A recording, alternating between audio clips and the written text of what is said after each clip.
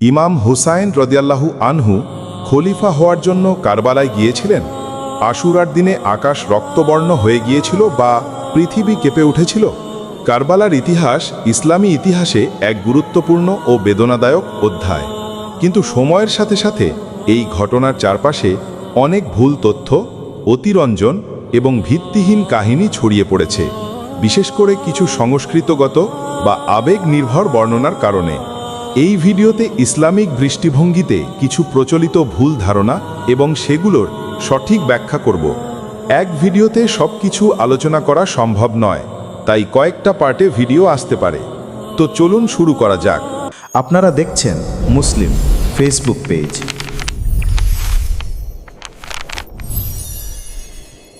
ইমাম হোসাইন রাদিয়াল্লাহু আনহু শুধুমাত্র খলিফা হওয়ার জন্য কারবালায় গিয়েছিলেন, এই ধারণাটি পুরোপুরি সঠিক নয়।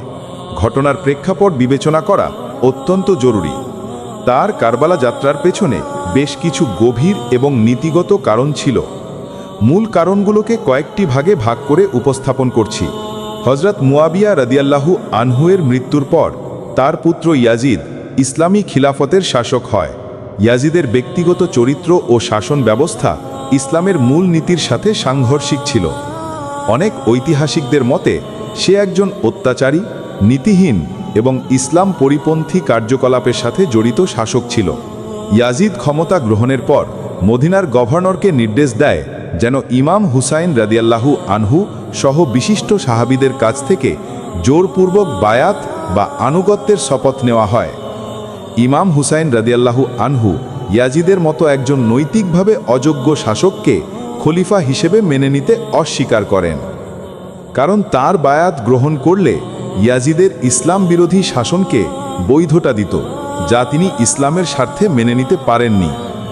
কুফাবাসীর আহ্বান ও নেতৃত্ব গ্রহণের দায়িত্ব। যখন ইমাম হুসাইন রাদিয়াল্লাহু আনহু মক্কা শরীফে অবস্থান করছিলেন, তখন ইরাকের কুফা নগরীর জনগণ তার কাছে হাজার হাজার চিঠি পাঠায়। তারা জানায় যে তারা ইয়াজিদের শাসনে অতিষ্ঠ এবং তারা ইমাম হুসাইন রাদিয়াল্লাহু আনহুকে তাদের নেতা হিসেবে মেনে নিতে প্রস্তুত। তারা তাকে কুফায় আসার জন্য আন্তরিকভাবে আহ্বান জানায় এবং সর্বোচ্চ সমর্থনের প্রতিশ্রুতি দেয়। রাসূল সাল্লামের মুসলিম উম্মার একজন সম্মানিত ব্যক্তি হিসেবে জনগণের এই আহ্বানে সাড়া দেওয়াকে তিনি একটি দায়িত্ব বলে মনে করেছিলেন। তার উদ্দেশ্য ছিল কুফার জনগণের সমর্থনে একটি ন্যায়ভিত্তিক ইসলামী শাসন প্রতিষ্ঠা করা, যা ইয়াজিদের স্বৈরাচারী শাসনের বিকল্প হবে। সংস্কার ও ন্যায় বিচার প্রতিষ্ঠার লক্ষ্য। ইমাম হুসাইন রাদিয়াল্লাহু আনহু তার নিজের কথায় তার যাত্রার উদ্দেশ্য পরিষ্কার ফুটে ওঠে।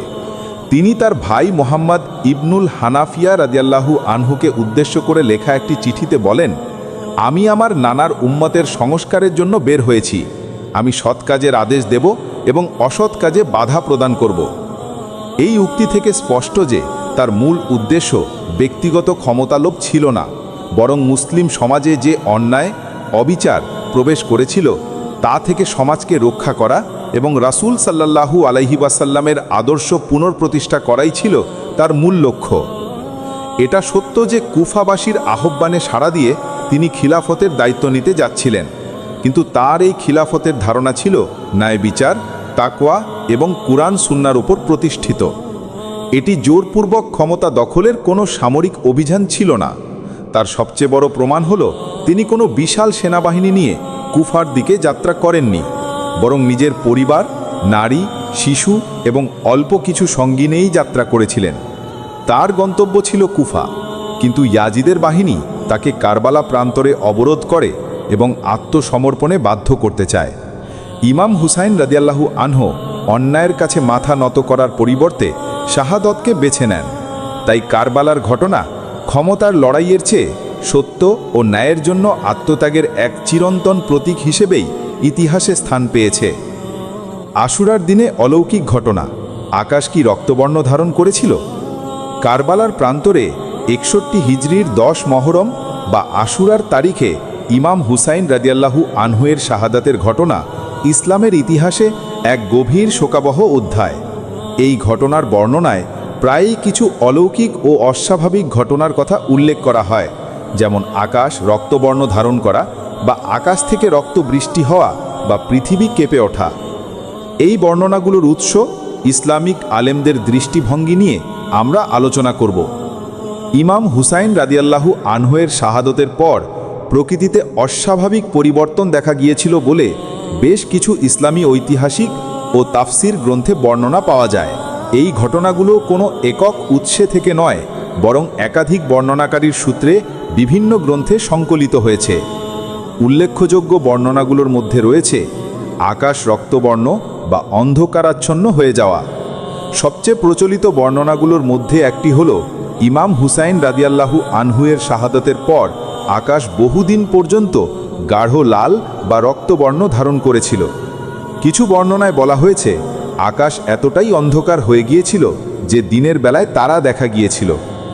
রক্তবৃষ্টি, কোনো কোনো বর্ণনায় আকাশ থেকে রক্তের মতো বৃষ্টি বর্ষিত হওয়ার কথা উল্লেখ আছে। বলা হয় সেই দিন সকালে মানুষের পাতিল রক্তে পূর্ণ পাওয়া গিয়েছিল। পাথরের নিচে রক্ত।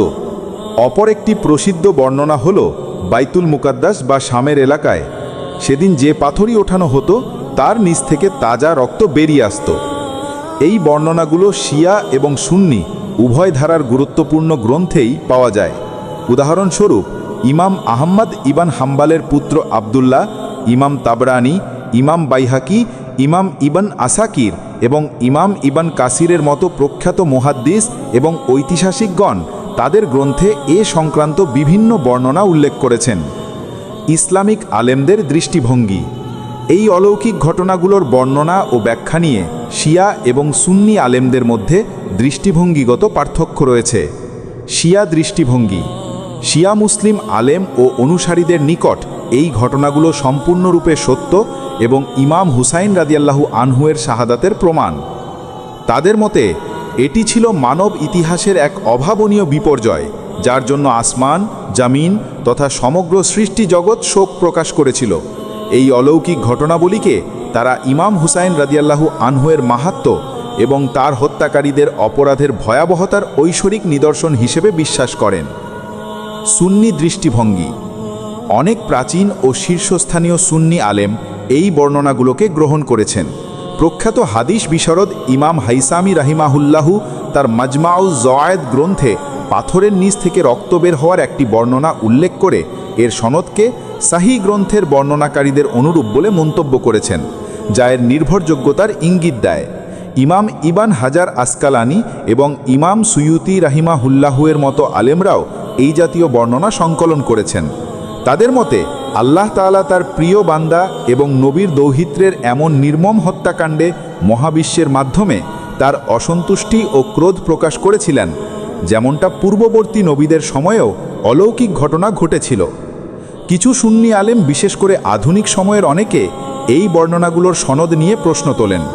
তারা মনে করেন কারবালার হৃদয়বিদারক ঘটনাকে কেন্দ্র করে মানুষের আবেগ প্রবণতার কারণে অনেক দুর্বল বা অতিরঞ্জিত বর্ণনা প্রচারিত হয়েছে।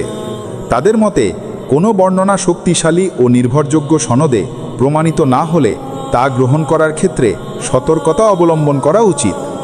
সার্বিকভাবে বলা যায়, ইমাম হুসাইন রাদিয়াল্লাহু আনহুয়ের শাহাদতের দিনে আকাশ রক্তবর্ণ ধারণ করা, অন্ধকার হয়ে যাওয়া বা পাথরের নিচ থেকে রক্ত বের হওয়ার মতো ঘটনাগুলো বহু প্রাচীন ও নির্ভরযোগ্য ঐতিহাসিক গ্রন্থে বর্ণিত হয়েছে।